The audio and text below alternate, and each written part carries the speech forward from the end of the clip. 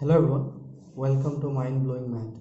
So from CAA question paper 2018, बहुत interesting question এটা কৰিব যাম. Questionটোত integration differentiation দুটা concept use হৈছে. Questionটো ভালকে চোৱা. Let d by dx of capital F of x is equal to e to the power sin x divided by x, where x is greater than 0 if 1 to 4 3 e to the power sin x cube divided by x dx is equal to f of capital F of k minus capital F of 1, then possible value of k is. So dekhat question tough লাগিছে, but আমি দুটা condition দিয়া আছে, দুটা condition use কৰি কিনে question টো easily solve কৰিব try কৰিম.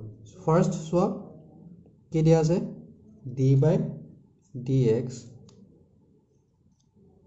of capital F of x is equal to দিয়া আছে e to the power sin x divided by x. তেতিয়াহ'লে f of x or value কি হ'ব? f of x, capital F of x is equal to কি হ'ব?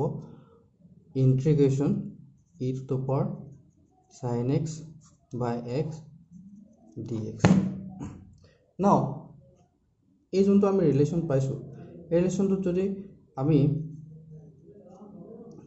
Limit use কৰি দিওঁ, ইণ্টিগ্ৰেশ্যনৰ limit suppose a to k ৰাখোঁ, e to the power sin x by x dx, year value কি হ'ব? fx ইয়াৰ ইণ্টিগ্ৰেশ্যন হয়, তো f of k minus f of a. যদি আমি গিভেন কণ্ডিশ্যনটোত যদি আমি এনেকৈ লৈ আহিব পাৰোঁ ছেকেণ্ড কণ্ডিশ্যনটো, তেতিয়া আমি এই k ৰ ভেলুটো পাই যাম. a ৰ ভেলু দিয়া আছে 1, ঠিক আছে. চ' আমাক কি দিয়া আছে? Integration 1 to 4, integration 1 to 4 3 e to the power sin x cube divided by x dx. এতিয়া আমি ইয়াতে কি কৰিম? সাবস্টিটিউশন কৰিম. সাবস্টিটিউশন কি কৰিম? let x cube is equal to t ধৰিম. এতিয়া x cube is equal to t কেলে ধৰিলো? সো তোমালোকে সলিউশনবিলাক যেতিয়া পঢ়িবলৈ পাবা, তাতে সাবস্টিটিউশনটো direct x cube equal to 3 লৈ ল'ব, বাট কিয় লৈছে তোমালোকে গম নাপাব. ইয়াতে চোৱা, ইয়াতে sin x cube আছে, এই x কিউবৰ ডিফাৰেন্সিয়েশ্যন কি হয়? 3x square. এটা 3x স্কোৱাৰ আহি গ'লে এটা যদি x কিউব আনিব পাৰোঁ, আমি ইয়াক ট্ৰান্সফৰ্ম কৰিব পাৰিম easy ৱেত.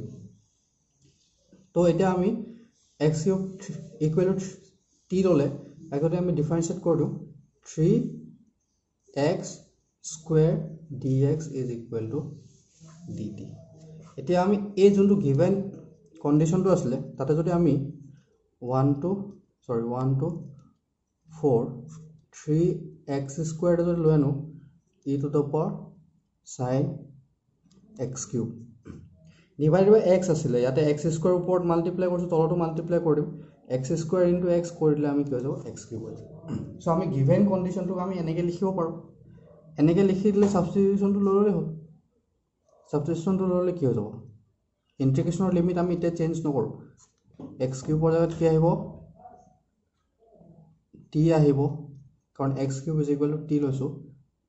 3x square dx is equal two dt, চ' ইয়াৰ জেগাত dt আহিব. চ' ইয়াতে dx আছে, 3x স্কুৱেৰ dxৰ জেগাত dt লিখিব পাৰোঁ, আৰু e to the power t. এতিয়া লিমিটটো যদি আমি চেঞ্জ কৰি দিওঁ, দেন উই আৰ ডান. চোৱা, ইয়াতে x থাকোঁতে 1 to 4 আছিলে, টিলৈ যদি কনভাৰ্ট কৰিবলৈ হয় তেতিয়াহ'লে কি হয়? t is equal to x cube. তো লোৱাৰ limit 1 cube is equal to 1, so' t is equal two এটা 1 হ'ব লোৱাৰ লিমিট, আৰু আপাৰ লিমিট কি হ'ব? t is equal to x cube, t is equal to x cube. চাই লোৱা, t is equal to x cube. So' 1 xৰ জেগাত প্ৰথম লোৱাৰ লিমিট ভৰাইছোঁ 1, তো t ইজ ইকুৱেল টু 1. xৰ জেগাত আমি যদি 4 ভৰাওঁ, 4 কিউব হ'লে কিমান হ'ব? 64. তো 1 to 64. এতিয়া ভালকৈ চোৱা, this is 1 to 64 e to the power t, e to the power sin t আহিব, ঠিক আছে. আমি কাৰণ x কিউবটোৱে চেঞ্জ কৰিছোঁ, e to the power sin t by t dt.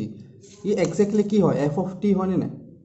ইয়াতে x আছে জাস্ট t এ ৰিপ্লাই আছে this is equal two f of t লোৱাৰ লিমিট 1 to 64 তো কি হ'ব f of 64 minus f of 1 f of 64 minus f of 1 so k value কিমান হ'ব 64 ভালকে ভিডিওটো আৰু এবাৰ চাই ল'ব যদি কিবা ডাউট থাকে কমেন্ট সেকশনত লিখিব এটা বহুত ভাল কোৱেশ্চন এনেকুৱা ধৰণৰ কোৱেশ্চন অহাৰ চান্স আছে so please subscribe our channel আৰু ডাউট থাকিলে সুধিব থ্যাংক ইউ